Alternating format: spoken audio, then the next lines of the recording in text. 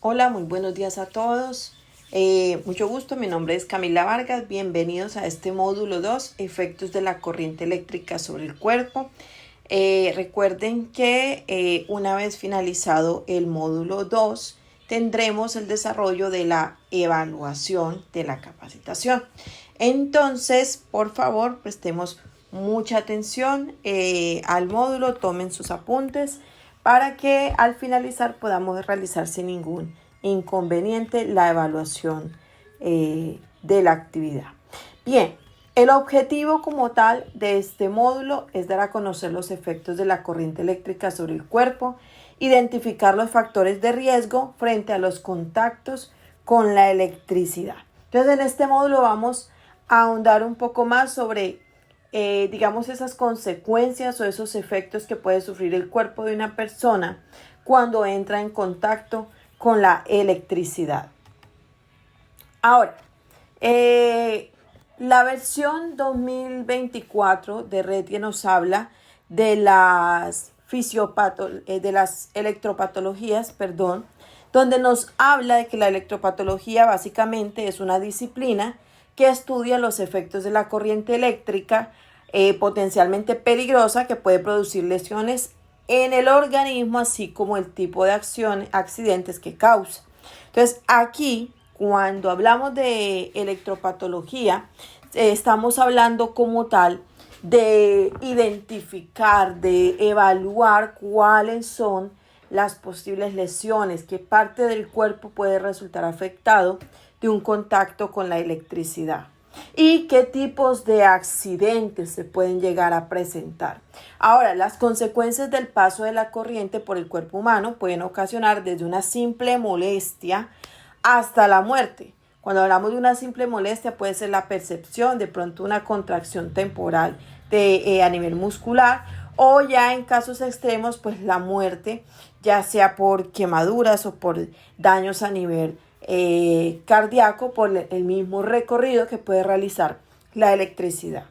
Dependiendo del tipo de contacto, sin embargo, se debe tener en cuenta que en general la muerte no es súbita. Entonces ya vamos a ir mirando por qué hablamos de que la muerte no es súbita, y eso tiene que ver con algunos otros factores que se pueden presentar y que aumentan la gravedad de las consecuencias de un contacto con electricidad.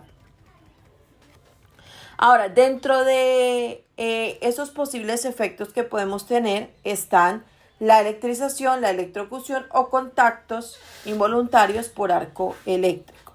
Cuando nosotros hablamos de electrización, pues hablamos de que se pueden presentar heridas, pueden presentarse quemaduras o secuelas, pero aquí se preserva la vida. La persona o el trabajador tuvo el contacto, sufrió una consecuencia, pero se preserva la vida. Cuando hablamos de electrocución, ya hablamos de que aquí hay pérdida de la vida como tal, ya hablamos de que aquí hay muerte. RETIE en su versión del 2024 también nos da como una definición de lo que es electrocución, donde establece que es el paso de corriente eléctrica a través del cuerpo humano cuya consecuencia es la muerte. Entonces, en esta versión de RETIE ya nos están diciendo, venga, electrocución, cuando hablamos de electrocución estamos hablando de que aquí ya la consecuencia es fatal, ya es gravísima. Y cuando hablamos del arco eléctrico, pues hablamos de aquellos contactos que se derivan por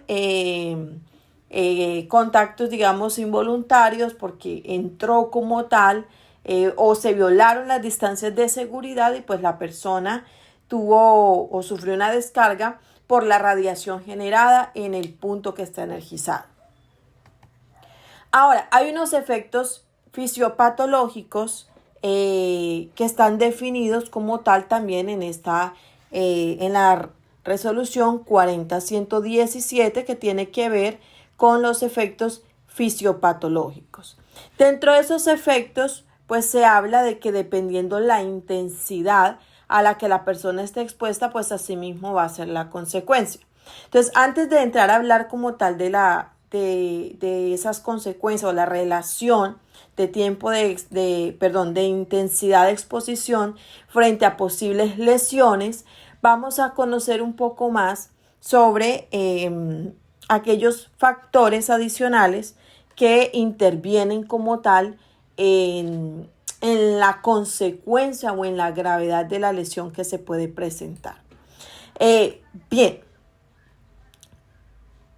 permítanme, ya paso a la siguiente presentación.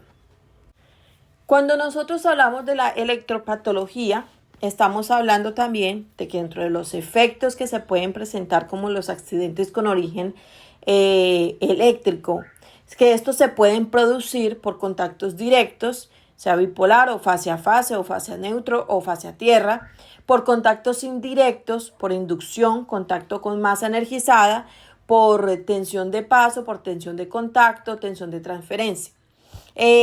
Impacto de rayo, fulguración, explosión, incendio, subcorrientes y sobretensiones.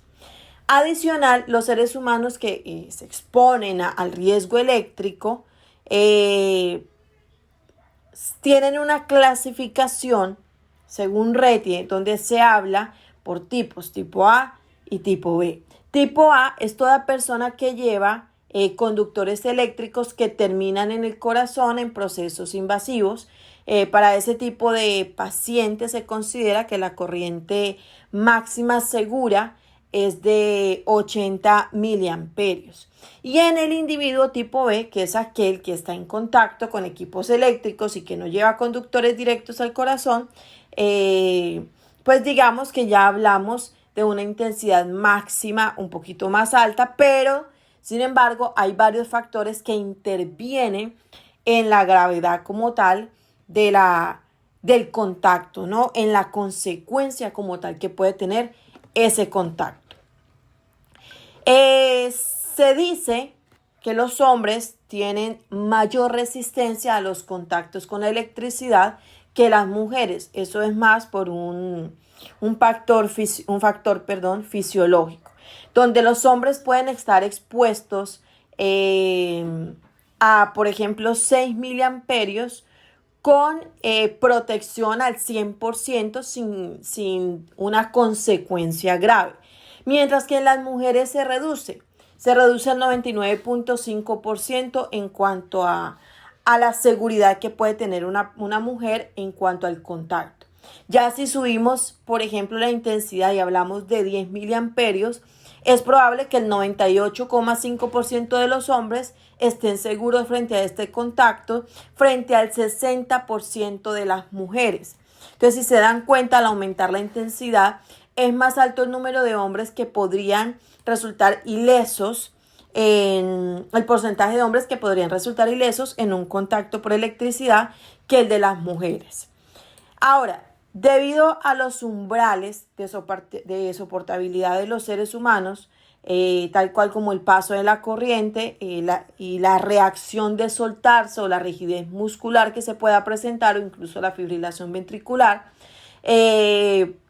según la intensidad, pues asimismo se va a presentar cada uno de estos. Entonces vamos a encontrarnos que cuando hablamos nosotros de intensidades de hasta 8 miliamperios, podemos encontrar sensaciones leves en dedos y en tendones de los pies. Ahora, aquí voy a hacer un paréntesis porque cuando nosotros hablamos de los efectos, hablamos de miliamperios, que son, digamos, niveles, por decirlo de alguna manera, bajos, muy bajos. Pero ¿qué pasa? Internamente, recuerden que el órgano más resistente que tiene el cuerpo es la piel, pero internamente los demás órganos son mucho más sensibles que la piel.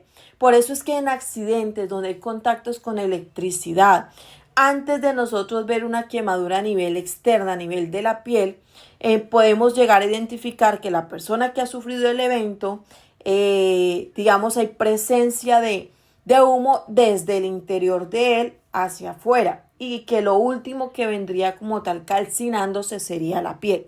Y eso pasa ¿por qué? Porque internamente órganos como el corazón, pulmones, riñones, músculos son mucho más sensibles y no son tan resistentes como lo es la piel. Ahora, retomando como tal aquí en la tablita, vamos a encontrar que de 10 a 30 miliamperios se presenta una rigidez muscular suave en dedos, en muñecas y codos. O sea, ya aquí hablamos de la percepción fuerte como tal de la electricidad. De 15 a 45 miliamperios podemos identificar ya rigidez muscular en dedos, muñecas, codos y hombros y sensación en las piernas. Ya cuando nosotros hablamos aquí de que hay rigidez muscular, ya entramos como tal a ese umbral de no soltar, ese umbral donde la persona, aunque quiera, aunque trate, pues no va a poder como tal separarse de la fuente energizada. De 40 a 80 miliamperios ya hablamos de una rigidez muscular y dolor en brazos y piernas, ya aquí la descarga es mucho más fuerte. Incluso se pierde hasta la capacidad de hablar o la capacidad como tal de solicitar ayuda. Por eso es que dentro de las actividades que se realicen con este tipo de exposición a riesgos eléctricos nunca pueden estar solitos, porque si algo llega a ocurrir, pues por lo menos debe haber alguien que pueda actuar a tiempo, ya que la persona no puede reaccionar o no puede pedir ayuda por su propia cuenta. Y de ahí en adelante pues vamos a encontrarnos otros efectos ya como tal mucho más graves, donde podemos encontrarnos ya en intensidades más altas, superiores a 150 miliamperios, podemos encontrarnos probabilidad de parada cardíaca, y de 250 miliamperios en adelante ya podríamos encontrarnos la probabilidad de un 99% de una fibrilación ventricular, que es básicamente una descoordinación cardíaca donde el corazón deja de generar el bombeo y aunque no pierde movimiento, no bombea. Hay movimiento cardíaco, pero no hay bombeo de sangre. Ahora, en otros niveles más bajos, a 250 miliamperios, podemos llegar incluso a encontrarnos paradas respiratorias por contracción de los mismos pulmones, donde al entrar la energía eléctrica al cuerpo, pues estos se contraen y evitan pues que la persona pueda realizar o el cuerpo realice la función de respirar. Ya cuando, por ejemplo, y eso que estamos hablando, o sea, estamos hablando es de miliamperios, estamos hablando de niveles relativamente bajos, y ya vamos a ver, según la clasificación de las zonas que establece RETIE, vamos a mirar la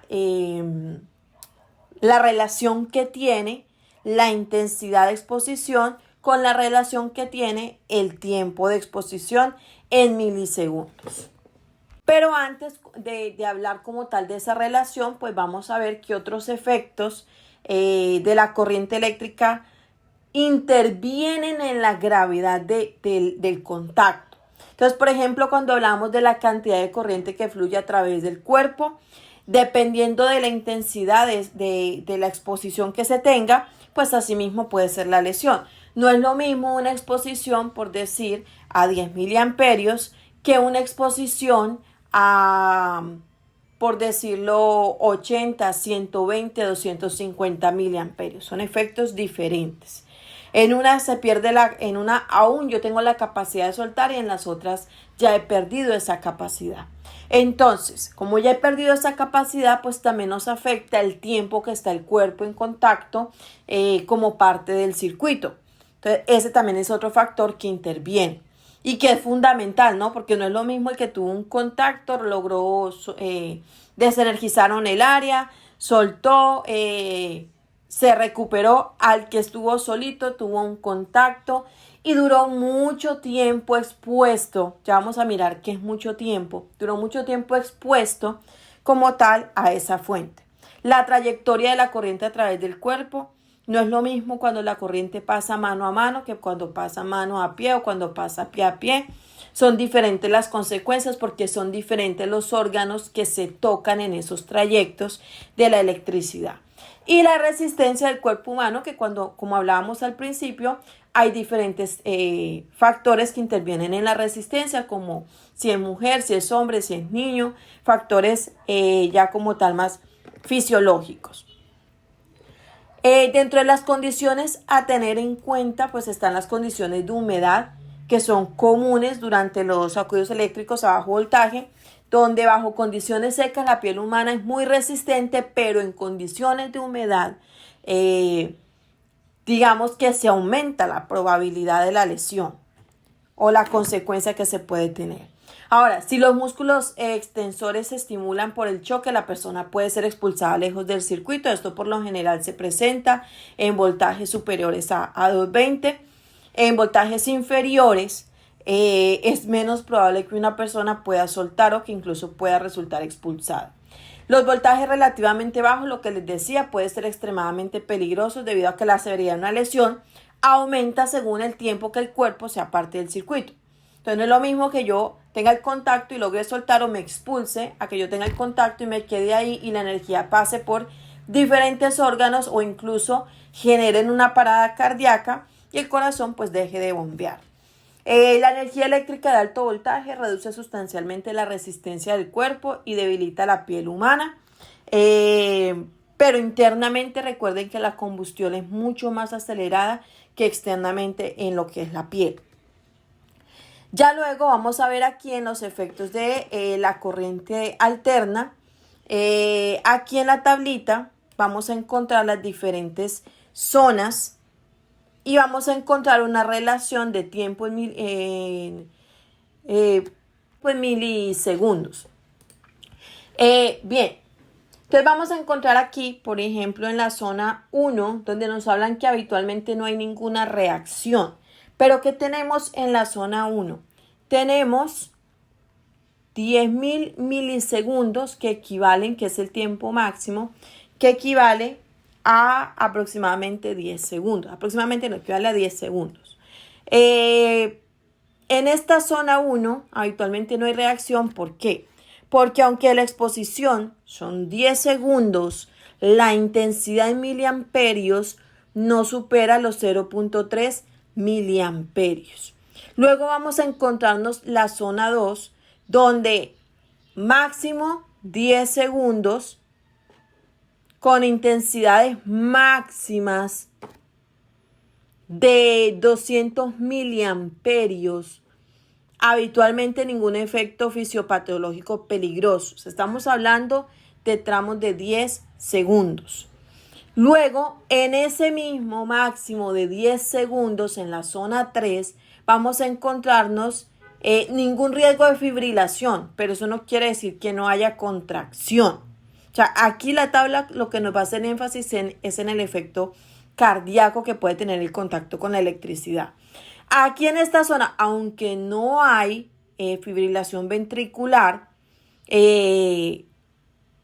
hay probabilidad de perder la capacidad de soltar, de que se presente una tetanización muscular. Entonces, si se presenta la tetanización muscular, pues ese umbral de exposición va a subir, va a aumentar porque la persona no va a poder soltar. Ya cuando entramos a la zona 4, donde vemos riesgo de fibrilación de hasta el 5% en 10 segundos, entramos casi que a esos límite de 1000 miliamperios, o sea, 1 amperio. Y de ahí en adelante ya la probabilidad aumenta según logramos identificar hasta los 10 amperios. Los 10 amperios, ya aquí podríamos tener un límite de 10 segundos de exposición donde el paro cardíaco, el paro respiratorio y las quemaduras severas y el riesgo de fibrilación están por encima del 50%. Y estamos hablando de que son 10 amperios o 10.000 miliamperios en una fracción de 10 segundos. 10 segundos básicamente no es mucho tiempo tampoco de reacción. Entonces, acá lo que podemos es hacernos una idea de la gravedad que puede tener un contacto según la intensidad de exposición en fracciones tan cortas como lo son 10 segundos de exposición. Ahora, para evitarnos todo esto, porque a veces decimos, no, en 10 segundos alcanzo, en 10 segundos Muchas veces no se alcanza a encontrar los puntos de desenergización. En 10 segundos muchas veces la persona no alcanza a ir a desconectar o encontrar una pértiga o encontrar cualquier tipo de material que le permita separar a la persona de la fuente. Entonces ya ahí las consecuencias van a ser graves conforme aumente el tiempo. Si hablamos de que a 10 segundos ya tenemos un 50% de probabilidad de que la persona sufra una parada cardíaca, un paro respiratorio, quemaduras severas, ya ahora súmenle, por ejemplo, que el punto para desenergizar o mientras yo vaya y busque una pértiga o busque un elemento, cualquier cosa para atender la emergencia, me va a tomar aproximadamente 1 o 2 minutos. Imagínense ustedes la consecuencia que eso va a tener sobre la persona que está en contacto. Es fatal dejarlo tanto tiempo en contacto. Ahora, hay problemas fisiopatológicos como la tetanización muscular que hablábamos, que tiene que ver con la contracción o el movimiento incontrolado de los músculos como resultado del paso de la corriente eléctrica y que anula la capacidad de controlar o impide que la persona se separe como tal del punto de contacto. Para llegar a este punto, como les decía, no se requiere una intensidad muy alta. A partir de los 26 miliamperios ya se puede presentar una tetanización muscular. O sea, ya no es tan... Ya aquí, una vez se presenta, ya todo depende del tiempo de exposición que dure la persona en contacto. Otro problema fisiopatológico es la asfixia que se presenta cuando la corriente atraviesa el tórax e impide la contracción de los músculos de los pulmones y la respiración de forma tal que genera paro respiratorio y puede ocasionar asfixia o muerte por asfixia. Ahora, ¿por qué se genera la asfixia? Recuerden que una persona puede durar máximo 5 minutos sin respirar, pero eso no quiere decir que no vaya a tener consecuencias. Una persona que sufra un contacto con electricidad, que deje de respirar por 4 minutos o más, es una persona que va a tener daño neurológico y que aunque se recupere, aunque logre salvar su vida de ese contacto, pues va a quedar con secuelas como parálisis, pérdida del habla, pérdida de la audición, parálisis parcial del cuerpo, parálisis facial, con movimientos involuntarios a nivel de extremidades superiores o inferiores.